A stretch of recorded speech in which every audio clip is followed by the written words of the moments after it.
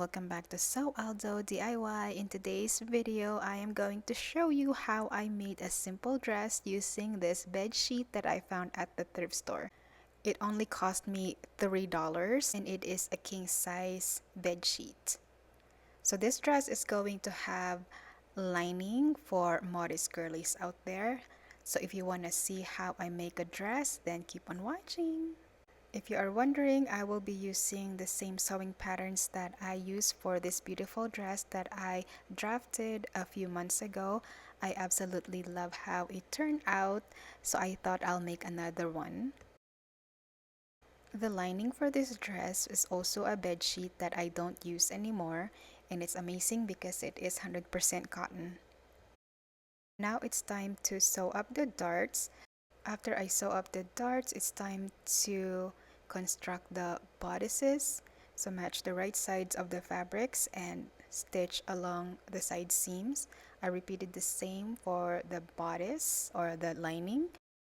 The skirt is straightforward. Match the right sides of the fabrics at the side seam and stitch along. Repeat the same for the lining. I match the waistline and stitch along the edge. Then I created some straps. I place it at the shoulders and sandwich it in between the lining. You notice I like to match the right sides of the fabrics of the lining and the shell fabric, so when I turn the fabric right side out, it's going to encase all the seams and it's going to be comfortable against my body. I clip the curves so it'll be so much easier when I turn the fabric right side out. Then I gave it a good press. I attach the invisible zipper and close up the back seams. I top stitch the straps at the sides. This is optional. This is for decorative purposes only. I thought it added some extra whimsy on the dress. Then I hem it and here is the finished dress.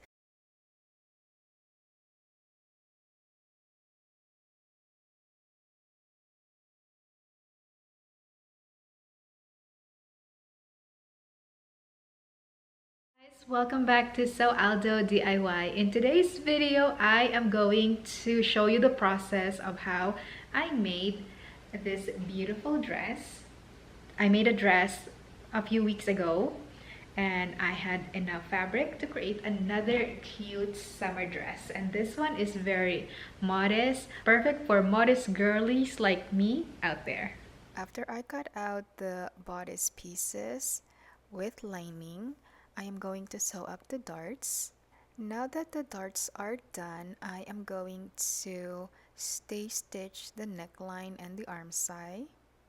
I'm going to stitch it like very close to the seam allowance, and the reason for this is so the neckline or arm side doesn't stretch out.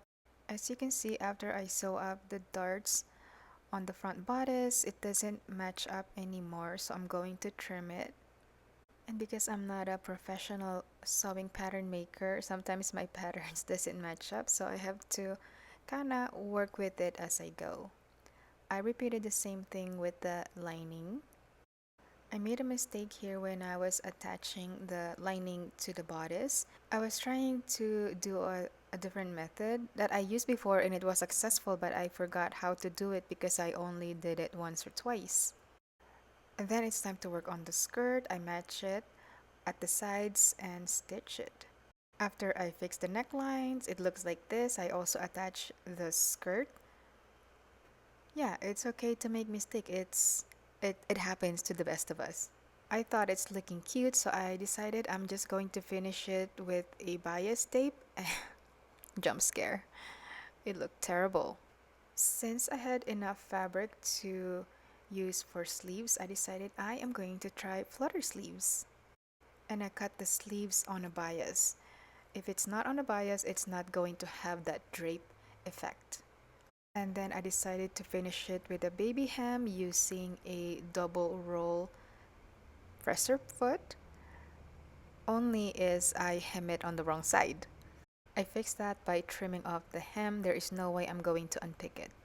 As you can see here, the inseam is longer, so I trimmed that off, reshape it. So that's it, you guys, and I hope you like this video. And if you would like to see more modest clothes sewing project, don't forget to subscribe to my channel. And if you could hype this video, I will totally appreciate it. Likes and click the notification bell. Thanks for watching, and I will see you in the next one. Bye!